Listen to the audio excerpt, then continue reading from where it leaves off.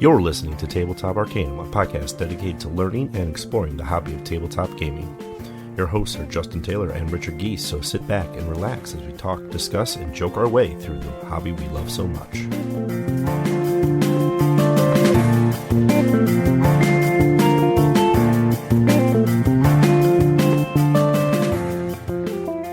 Welcome to Tabletop Arcanum, where you thought you got rid of us, but we're still here. We're your hosts, Justin and Ricky.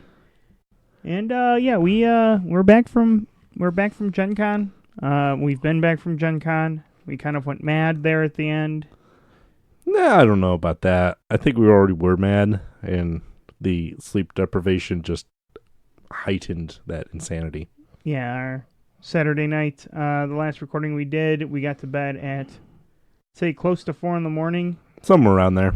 Back up at 6 or 7 in the morning. Oh, yeah, just to do it all over again and then go home. Yeah. So, this episode today is going to be our total recap of GenCon and tips and tricks for next year. Stuff that we'll have to re-listen to so that we don't forget it again. Yeah, like, chuck up on that immune booster and vitamin C so you don't come back with a con crud. Oh, con crud. Con crud's always the best. It hit me for a day. But it was only I thought I was clear because it was until Friday when we got back that I'm like, oh man, I'm going to die. But no, you got to take care of yourself because there's a lot of people in a very contained space, and not necessarily after 4 days of gaming straight, the most hygienic group of people. We were very hygienic. I washed as much as I could because it was very hot out there, but you can tell that a lot of people didn't. So, with that being said, we're going to start off with our roll recap. Justin, what have you played since coming back? Well, technically Sunday of GenCon until now. Well, we never did roll recaps at GenCon. I think we technically did, but I'll because we didn't talk about the things we played before going to GenCon. I don't remember what we played before going to GenCon. Oh, yeah. So, I'm going to keep going. So, I had played some Gloomhaven. Got a couple more scenarios knocked out of that. And now we've got the solo scenarios that I picked up at GenCon. So our level 5 characters can get some fancy extra gear from doing a solo adventure. We played some Lords of Waterdeep at my buddy's place, along with Love Letter, which is one of his wife's favorites. Actually, Lords of Waterdeep, I think, is her personal favorite. Love Letter comes in a close second because that's always a tight match when the four of us play. So Mysterium, introduced that to them. So that's the roll recap. Love to hear what you've been playing recently. And if there's anything at GenCon that you saw that we did not, let us know. Yeah, make sure to check out our Twitter, Instagram, Facebook, all at Tabletop Arcanum. Email address, tabletop@gmail.com. So, news. News. It was dry leading up to GenCon for the most part, and then a lot of things happened. We did see recently, Asmodee has acquired Lion Rampant Imports, Go Kids, Sea Rainbow Group, and Skyship. They're just building their global empire. The Lion Rampant... Those are all distributors, though. They're not publishing companies like they they're all have been. distributors. But we've got Canada, Taiwan, Chile, and China distributors joining the ranks for them. Well, and they're pretty much breaking ties with Alliance, which is was the exclusive U.S. distributor, so that's changing up. Mm-hmm. So it looks like they're trying to figure out their own supply channel and just doing their own thing, 100% on their own. Yeah. So we'll see how that shapes up. I just hope it doesn't disrupt releases and resupplies and things, because going to a single channel definitely made that challenging. Yeah. A few announcements by Simon that we missed at GenCon. They did announce Ankh, Gods of Egypt. Yeah. Yeah, it looks beautiful. The minis look fantastic. Well, this is Eric Lang's trilogy capstone per se, because it kind of finishes off the Gods series, which started with Blood Rage, which was Norse area control game. Rising Sun was the kind of like the second game successor, a little bit more diplomacy than Risk, and now Ankh is the third that will kind of complete the cycle, if you will. Yeah. They're not necessarily connected, but they're at least design feels similar. It's going to be a 2 to 5 player. You play as a god of ancient Egypt, competing to survive as society begins to forget the old ways. American God's ways. Oh yeah. Artist Adrian Smith, who worked on Blood Rage and Rising Sun, is providing art, so it's going to be beautiful. Very pretty. Nice thing about this particular artist is if you actually look at Blood Rage and Rising Sun, without actually looking at the credits, it's almost hard to see that they're the same artist, or at least primary artist, because the style is geared towards the theme in the game. So that's exciting news. Yeah, we should be seeing that Kickstarter by the end of this year.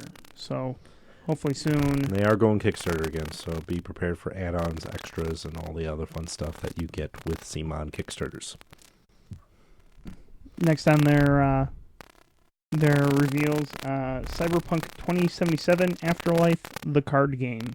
Yeah, this was a little bit of a shock. I couldn't find too much information on it. I want to know more about it.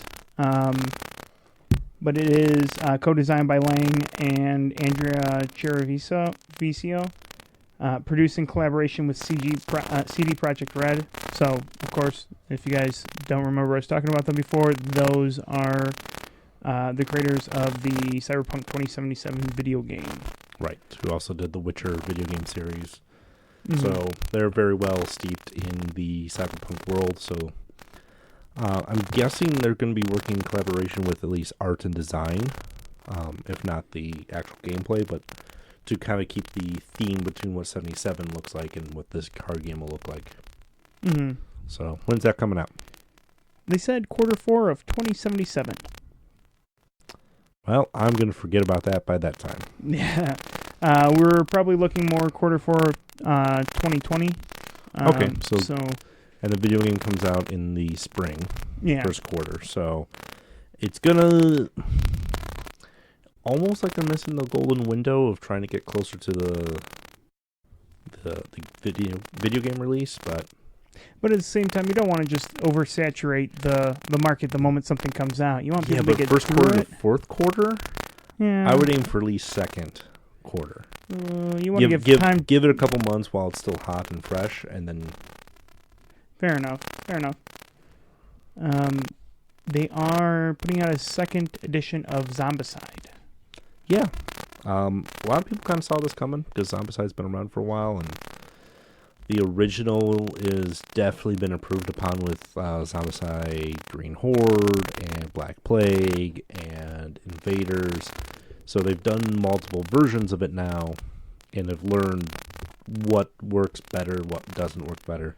So a second edition just kind of seems natural at this point. Yeah, they're going to be going over every aspect of the game, trying to improve it to make it more fluent, which is fantastic. It's a little clunky if you're not used to it. Nice thing is once you've played a Zombicide game, you pretty much can jump into most of them. With how is this one slightly different from the rest is all you need to learn. So it's more of a game system at that point, which is nice. They have announced Tabiru. That is with their partnership with Explored, which is an Italian company. It is going to be a gaming console that is blending physical and digital elements, which is going to be pretty interesting because what will happen is you will be able to load in your board game, put your pieces on there, and there will be sensors on the pieces to tell the game what you're doing in it, and it'll tell you if you can do that. It'll be able to kind of like with the apps that you see with Lord of the Rings. But instead of having to have a cell phone to the side, you play everything on top of the game console. Right. I saw some images of it. It seems promising. We'll kind of have to keep an eye out on it, I think, and to see how it goes. I think price point might be the biggest worry I have is, are they going to price themselves out of the average buyer into the super buyer only category that can afford it or would splurge on it. Cthulhu Wars, Kingdom Death Monster kind of sit in those elite, like, you're investing into those at that point. And the one thing is I have seen a few other systems like this. So this isn't 100% brand new technology. It's something that's been out there. I think the only downside I can see is I'm not about to buy a game console to play only CMON games on. Yeah. I'd want something universal so that I can bust out a Fantasy Flight game. I can bust out an AEG game. I can bust out if they can get other buy-in on it, then it might work. But yeah, it's going to be rough. Yeah. If it's going to be exclusive, their titles only. Mm-hmm. Then again, for how many years did Nintendo handhelds pretty much not have major third-party support either? So yeah. We'll see. Yeah, we'll find out. I'm going over to Rio Grande Games. They are re-releasing Puerto Rico. Okay. They've been listening to their fans. Fans have been asking for this for years and years and years. Back in 2011, they put out a anniversary edition, but it was only in German. Yes. So if you enjoyed the game, you wanted something fresh and knew German. Yeah. Well, and you knew German, but if you didn't know German, you're just kind of out of luck. So, actually, August 20th, they're going to be releasing it for $55. Yeah. It's going to have many of the same elements of the German Anniversary Edition that came out back in 2011. So, 8 years late, but better late than never. Yeah. Yeah. We'll see. I know there's going to be diehard Puerto Rico fans that are going to be enjoying that. I just don't know if it's going to get new people into the game is the problem. Mm-hmm. So. The other things that we have seen, Stonemaier Games, you were telling me about Tapestry? Yes. So, Stonemaier announced their newest game called Tapestry, 1 to 5 player civilization building game. It's going to be asymmetrical, so each civilization is going to play very unique compared to the others.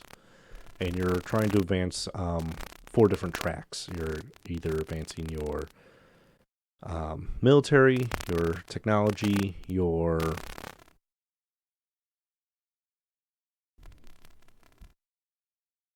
military, tech, science, explore. Military, technology, science, or exploration tracks. Those things are going to be kind of your key to victory. But depending on what civilization you're playing is supposed to be how you're going to be able to pull that off. There is no price yet on it, but the pre-orders are going to be going up sometime during September through the Stonemaier website. So, excellent. If Wingspan and the spiel that they won for Wingspan is any indication, there's going to be a lot of hype and buzz about this game. It already hit Board Game Geek's #1 hotness by just announcing that here's a board game box and it's called Tapestry, and no other details. Nice. So a lot of people are talking about this one. And then AEG also, not really news, but did put out and release the Space Base second expansion called Command Station. This is a storage solution / player expansion. So Space Base goes up to 5 players normally. This gives you option up to 7 players. Every player will also have unique sets of dice, which was one of the pains of the regular game, where you had one set of dice you had to roll and pass it around. One of the noted benefits in the rule book for this was if you leave the table for, let's say a bathroom break, the game can continue without you, as everyone will leave their dice in front of them to know what you trigger on your board. Because when it's not your turn, stuff happens. Oh. And you can get money and resources and stuff. So, oh, I missed 3 turns. I don't have to sit there for them as long as everybody keeps their dice out. Nice. Very nice. They do have accelerated rules. The one thing I did notice with the more players, the longer the game takes. So with 6 or 7 players, I'm expecting more of a Catan feel where it just keeps going. But like 5 to 6 player Catan, they do have some accelerated to get past those first few slow turns that are really just like, okay, we're building. Okay, now stuff is actually starting to, work. So, the other thing they include is 350 sleeves, because they are a unique, like, half card size. So, if you are a person who likes to sleeve their games, definitely check this out, because it's $40, and it comes with a box that holds everything and sleeves for your game. And 2 new colors for your players to choose from if you don't want to actually play 7 players. So, very nice. Yep, a lot of good stuff there. So, on to our main topic. Now we're just going to reminisce of the days of old. 2 weeks ago when we were at GenCon. I don't remember. So, Busy. Very busy. 70,000, over 70,000, I think was the head count this year. Huge numbers. Keeps getting bigger every year. Indianapolis keeps supporting it every year. So there's a lot of stuff going on, and I'm always overwhelmed with I want to do everything, but I can't do everything, and I'm frustrated because I can't do everything. So. And, and that's, I definitely feel that, because I know after GenCon 2018... Oh, and now doing a podcast on top of it all, I want to talk to more people. And actually make connections and talk, and like we might even have a couple leads that we have some guests on the show for that, because I was talking with people like, hey, I run a podcast. Would you be interested in talking? And so the best thing I would actually say to our listeners is, if you want us to have more influential guests, tell your friends to start listening too, because more audience means more people are actually more interested in coming onto the show, because we have a bigger pool. Weird how that works. Yeah. Also, don't forget to subscribe, rate, all that fun stuff. Yeah. All the stuff that I put in the outro that I don't think anybody listens to. You should. Paul's song's really good. Paul's song is very good. But yeah, no, I definitely feel that, where you feel like there's so much to do and you don't have enough time. Never enough time. I got into the consignment hall, which I didn't get to do last year. Right. And it's just fun to kind of dig around in there and see what's available. I did go late on Friday, so it was pretty picked over by the time I got in there. Yeah. That is a big... a lot of people put their stuff up, and then it goes very quickly, too, because that's like bargain finding. Yeah. And it was nice because, I personally found Donner Party. Yeah. Which I thought was interesting. I haven't played it yet. I do know we were with a few people who had heard of it. It was Kickstarter 3 years ago, something like that. Yep. And they heard nothing but good things about it, so... Right. It's one of the things, like, I didn't know anyone who backed it, but I had heard about it, and it was a relatively successful Kickstarter. Yeah. But then there's just so much stuff that you always just feel like you miss out on.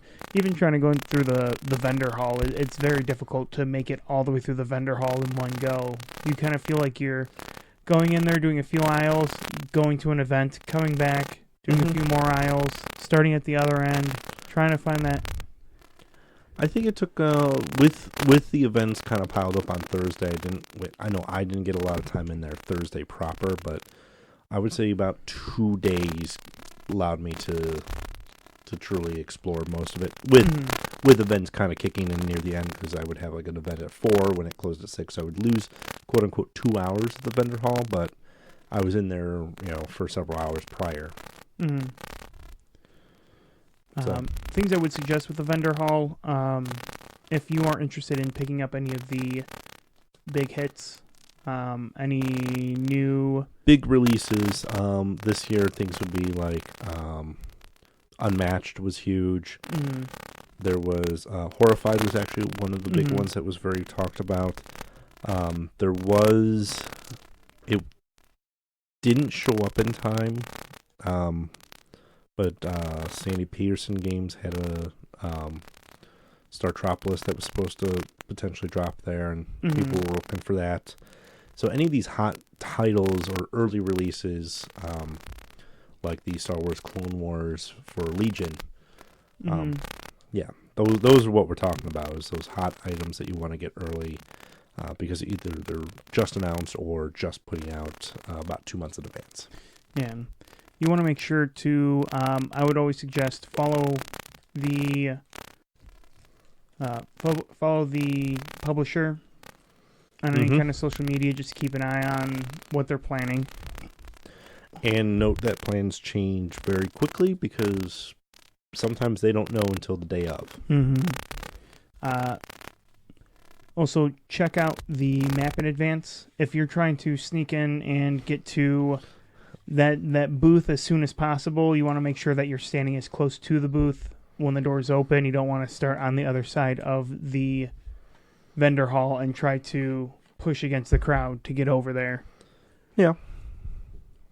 Allowing yourself some time to also just take everything in, because there is a lot going on. You can find a lot of games that you might not have looked for in the past or thought about in the past. Honestly, it sounds very strange. Most of my early rushing, because we were there kind of gate open every day. One of my early rushes though was to Gale Force 9 to demo Dune, because they were only running one table demo. And they were doing a long demo. It was like a 30 to 45 minute demo, which means 6 players can only really demo that 5 times, 6 times in the day, maybe 7. Yeah. So you don't get a lot of people through that, because there's one group at a time. So I rushed over one morning to get there to be able to be one of the first groups. And then, of course, because the designer was there, got to chatting up with him and how that game had pretty much was lost to licensing hell and is now back, because Gale Force 9 was able to get that license resurrected so we can get Dune repurposed again. Since that, last time we saw Dune was almost 30 years ago. I want to say roughly around 30 years now. Fantasy Flight put out Mechatol Rex, which was a Twilight Imperium spin-off game that used kind of the Dune mechanics in their universe. So there was a game that was similar, at least, but that was like a Chinese knockoff of the original game, to truthfully be told about that one. And it's good. It's going to be very, very good. And if you're a fan of the Dune series, it'll be very good for you, because all the factions play as you think they should, is how the designer was nice, kind enough to explain. Is it wasn't about game balance. It was, does this feel like you're playing House Atreides? Does this feel like you're playing the Fremen? If yes, then they're doing their job right. And that's what Gale Force 9 is really good at, because even Spartacus that they had for a while felt like you were playing the Spartacus game. They're theme heavy. Is it the best rule sets? Give or take. Are they unbalanced games? Sometimes. But it's always because of the theme, never because of poor design. So, do you have any advice for anyone jumping into the convention in any kind of aspect, based on our experiences? Based on our experiences, a lot of it, just be aware that a lot of it's a lottery. So we've talked about it before. Housing is a lottery. You may get lucky and get a good time slot so you can actually get a connected room, or you may be 10 miles out. At that point, look at Airbnbs and group up with people, because last year we were 3 miles out with an Airbnb that was very successful. I mean, I would also suggest doing what we did this year, where someone got the room, and then every day I just keep checking, because made some sort of crazy prayer and sacrificed a goat, and then went on the GenCon housing portal, and there it was, a room that's attached to the convention center. Yeah. Yeah. Just, don't give up. Just keep checking if you're looking for something better. Same thing with the events. Mm-hmm. Build your wish list of what you want. Definitely prioritize it. Like if, for my sake, Arkham Horror is my number one game. So I had to make sure, yes, I'm getting into Arkham Horror at some point. And you're the same way. You wanted to do that with me, and Tony wanted to do that with us. Like, there was a group of us, and, like, that was my goal. Use the Friends network that they have, because I was able to buy the tickets for everybody. But because I built the wish list to have everybody on my buying power, you can only do that if you're friends through the portal. Mm-hmm. But what it allowed me to do was coordinate of, there's 3 tickets available for this time slot all at the same time. Buy those. Don't buy the one that's alone on Thursday. Don't buy the one that's alone here. So it allowed us to play together, not be separated. Yeah, and that was all very nice. I do also appreciate how they do that, though, where you can't just go on and say, hey, I need 20 tickets to Arkham. And they go, okay, well, you must know 20 people then. Sell them to you. And then we find you on the street corner trying to scalp tickets to Arkham. Yeah. You actually have to have a badge to get the ticket. So, yeah, definitely work with your friends to try to get into everything together. If you try doing it separate, you all may get tickets. But one may be at 3, one may be at 5, one may be 2 days from then. Yep. Which, if that's what it ends up being, that's what it ends up being. But it's always kind of fun to play with people you know, or at least some people you know. Because, that's part of why you're going as a group. But meet new friends. Talk to people. This is actually, it's weird because GenCon is like, I was actually reading a really thought out article that was talking about how GenCon is just a very unique experience because it's a bunch of people from a bunch of different backgrounds. We're talking 70,000 people. Mm. But we all kind of have the same passion for gaming. Mm-hmm. Now, some of them may be D&D, Pathfinder, Starfinder, tabletop RPG people. Some may be Warhammer miniature people. Some may be card game Magic players. There may be, the European board game fans, the American. But nobody, overall, there are instances that pop up because when you get 70,000 people, it happens. Mm-hmm. But there isn't that clash of like, oh, my stuff is better than your stuff. I never see that. Mm-hmm. There's like, oh, yeah, that's not really for me because it's like completely Japan anime and I'm just not into that. Mm-hmm. Cool. Other people are, though. I could say, because I used to go to anime conventions a lot, that you get a lot of that. You get a lot of, well, that anime's trash. You should watch this. And it's like you're all watching Shonen Jump and you're comparing notes on the same thing, just reskinned. Let's... Yeah, everybody kind of puts their differences aside when it comes to gaming and Gen Con, and I can appreciate that. Mm-hmm. There's a lot more people asking you questions about games that you're walking around with, like games you just bought. They want to know more about the game that you're carrying. Right. What is that? Where is that? Yeah. Tell me more about this. I keep seeing it everywhere. Yeah. So it's a great experience. There are a few things that I would suggest for anyone going just for peace of mind. We shared a room with, it was me, you, and one other guy, and then we had a lot of guys coming up to the room. Yeah. I would suggest bringing some sort of scented spray. Meh. Because it gets rough in the restrooms. 70,000 people. Human stuff happens. Yeah. And it just kind of makes it easier to escape the surroundings if you're finding yourself in a gross situation. Mm-hmm. The one downside I saw, it didn't seem like the bathrooms on the convention center, the majority of them were not very clean the entire time. I would suggest... I don't think they can keep them Yeah, clean. they probably can't keep it clean. So I would suggest... That would be like one person in there the entire, 8 hours, constantly cleaning. Yeah. I mean, but I would go to the restroom and you'd have a long line of people waiting for a stall. And when you walk up, all the stalls are open but one. It's because there's only one stall that has toilet paper in there. Yeah. You want to skip the line? Bring your own toilet paper. I'm doing it next year. I'm not going to lie. It's just a suggestion for anyone who's... When you're on the go. Yeah. I mean, we brought a lot of snacks. We brought water bottles. Water bottles probably really helped out quite a bit because they... Stay hydrated. Keep moving. You're on your feet. Know your limits.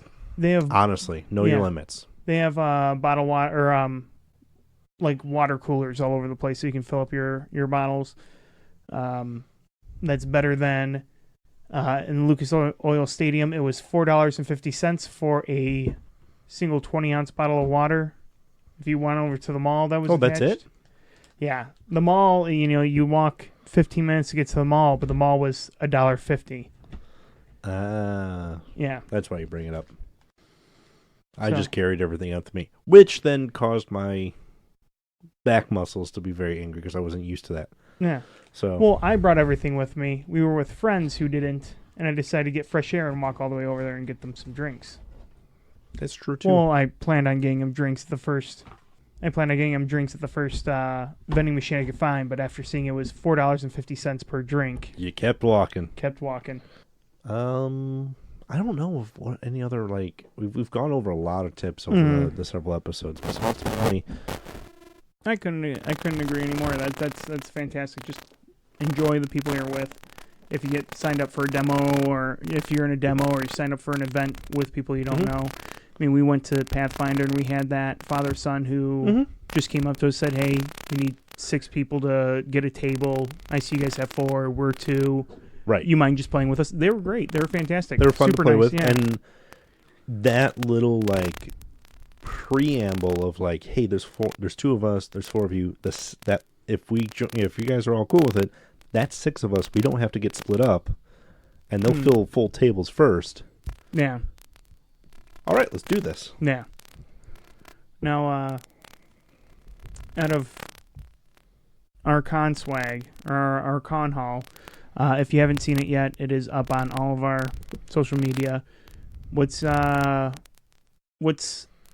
your favorite piece that you brought home this year? I don't have it yet because it's not pictured. What is it? I invested into the Master Monk Nomad's Armory, which is a collapsible magnetic dice tray, tower, dice holder, as well as pencil case. And it all collapses down into about the size of a trade paperback novel. Oh wow! Yeah. Was that like a Kickstarter? They did do a Kickstarter. That was already done. They were at the con. They've been actually doing the con circuit. So they were at Origins and other things. And we might actually have them on the show. Oh, very cool. Just to kind of talk about their product, because they are father-son team who decided, hey, let's make awesome gaming accessories. So they did the Kickstarter, were very successful. They actually did 2 different Kickstarters. And then they're running essentially show specials, which was, hey, do you want to get on late pledge Kickstarter? We'll still honor the Kickstarter pricing, which now that that's over, it was only really a 10% saving. So it's not anything oh my God, I'm saving hundreds of dollars on this, but it was definitely worth it. They're really cool to talk to.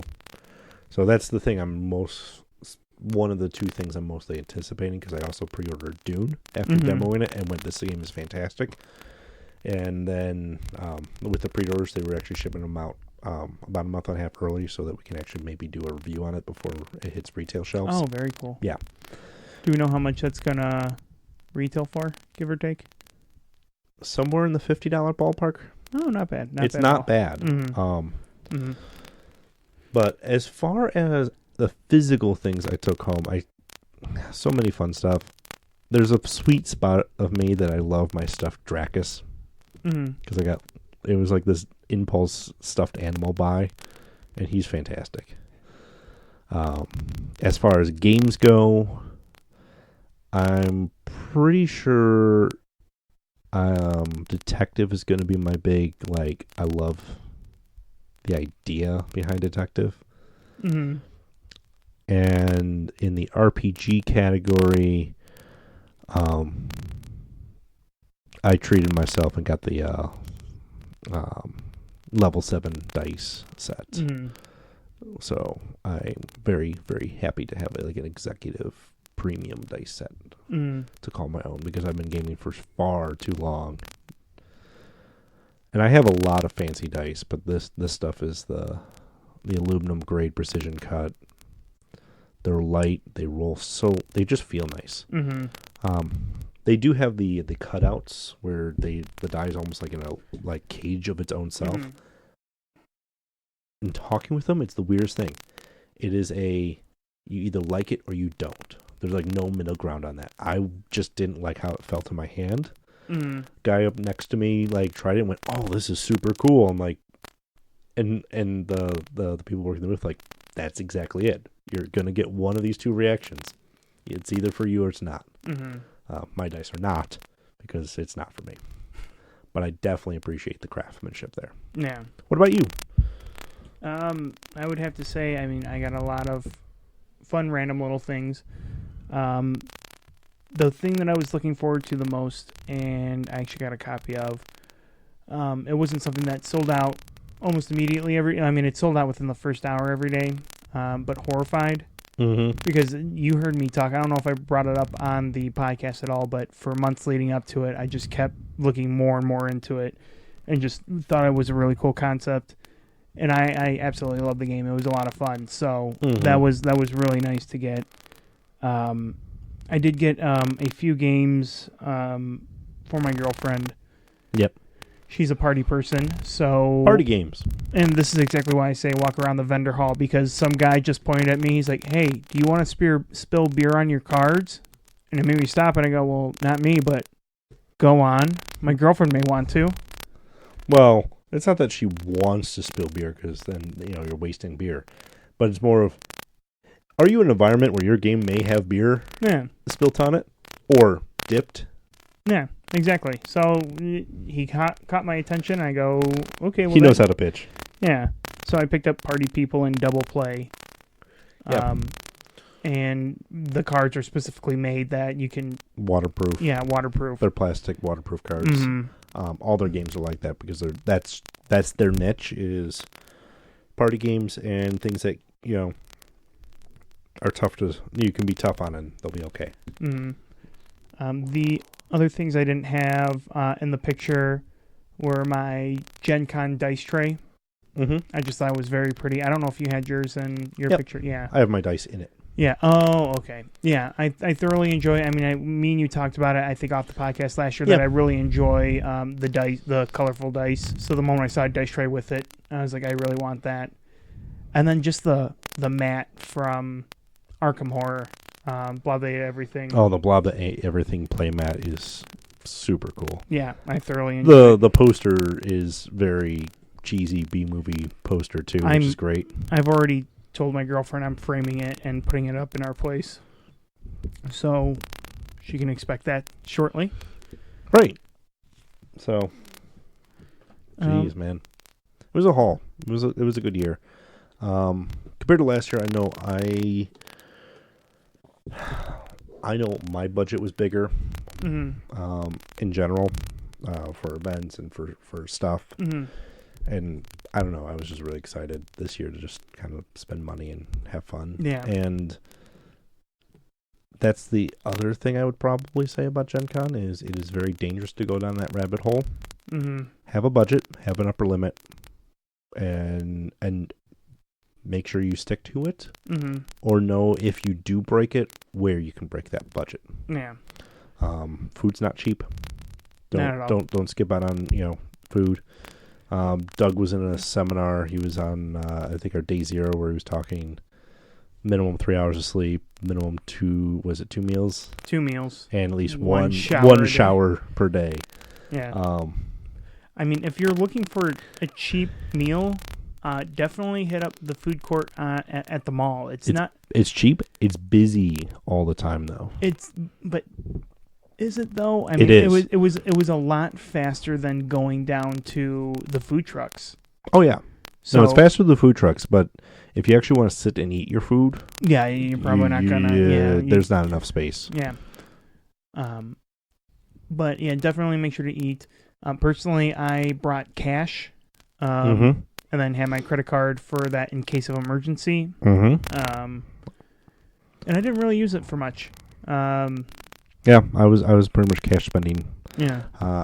I debited food. I specifically had food was its own like debit card situation, but as far as stuff and getting tickets and things of that nature, it was all cash for me as best I could. Then, honestly, don't be intimidated by the will call line. Yeah, a lot of people are like they see it and they go, "Oh my god, that line's forever." It is. It looks forever. It moves a lot faster than you think. Granted, to say that you wait in line for like an hour and a half is not a great thing to say, but when you see the line and think, "Oh, that's really only an hour and a half or hour," it's not that bad. Go early in the day or late at night, so at least when you're standing off outside, hours. When you're standing, if you have to stand outside, the sun's not blaring down on you. But otherwise, it's not that bad. Well, I think we've beaten GenCon to death, but we do have exciting news. I just want to thank everybody who went to GenCon, whether it be a vendor, the organizers and volunteers that actually work. Will call and security and all of that. They put on a great show. Yeah. I know people who run security for cons. I know people who work booths at cons. It is grueling and it is taxing and it is tiring. So, for all the people who demoed, thank you. Yeah, game after game after game of their own men. Until they hit their game limit.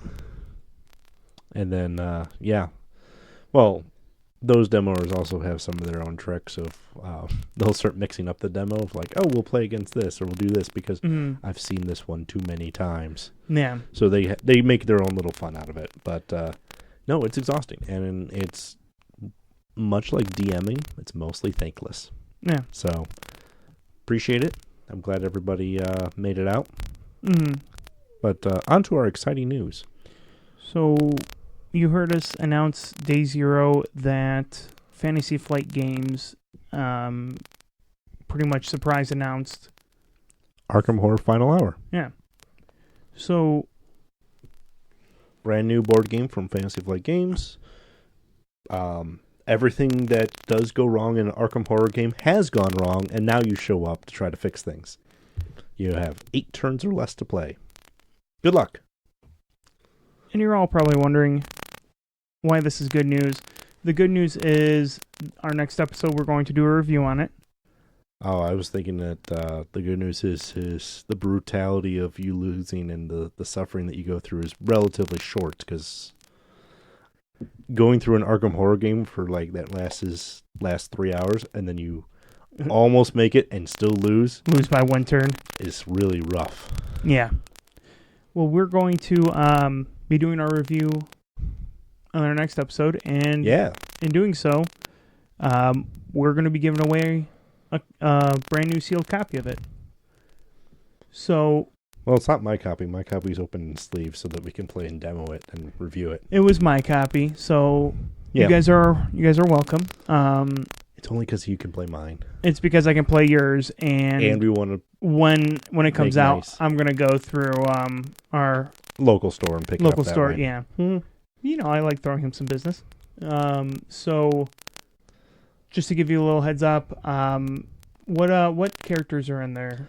So up to 4-player game. They have 6 Arkham Horror investigators in there. No one new or reinvented, so it's everybody that's kind of there already. You have Ashcan Pete, Lily Chen, Rita Young, Tommy Muldoon, Michael McGlynn, and Jenny Barnes. Excellent. So 6 characters you can play as. All of them have a unique deck that work a little bit differently. We'll talk about more of that in 2 weeks in the review. But any investigators in there that you're excited to see? I'm a big fan of Lily Chen. Okay. I have been since 2nd edition when she got introduced because of the way she worked in that was during her upkeep phase, she could adjust her health and sanity. She actually had a health and sanity slider. So you can adjust your max health or max sanity. Obviously, as you gain health, you lose your max sanity and vice versa. But whenever you would gain one or the other, you would also heal it. Oh, very cool. So with a couple turns, she could kind of come back from almost dying. Nice. All on her own. So I had a lot of fun playing with her for many, many years. She's in Mansions of Madness now. And she's also in Eldritch Horror. She has not made her debut in the card game yet. But we're only, Main Box, Dunwich, Carcosa, Forgotten Age, Circle and Dun. We're only 4 cycles in with the 5th cycle coming. Yeah. There's a lot of investigators. It's any day now, yeah. And they keep making new ones. So some of the old favorites aren't in there quite yet. But that's the nice thing about the investigator pool. There's a lot of them. Well, excellent. Now, for all you listening who aren't following us on social media, shame on you. Whoa. We don't want to shame our friends. Oh, we don't want to shame them, but we've already put this giveaway up online. They would have had a few days to start doing the daily entry. Yeah. To get in on this. So make sure to jump onto Facebook, Twitter, Instagram, share it, retweet, make your friends enjoy us because we're not that exciting, but they should be forced to. I think we're moderately entertaining. You can go full Clockwork Orange on them and just tie them to a chair and make them listen to us. Yeah, I think that falls under cruel and or unusual. Unusual, maybe, but my voice is so silky smooth. Okay. So, I think that does it for Tabletop Arcanum today. GenCon is over. GenCon is also... We're already planning 2020. 2020 is already It's already around the corner. Yeah.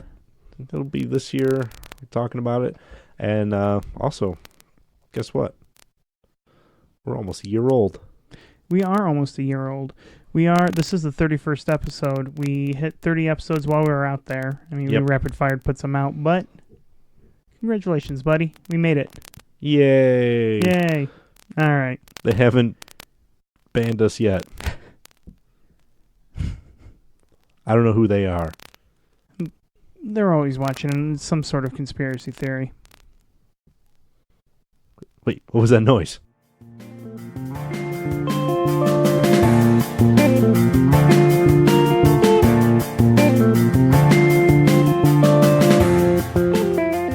You've been listening to Tabletop Arcanum, hosted by Justin Taylor and Richard Geese, and featuring the original music by Paul Moore and Isaac Gilbert.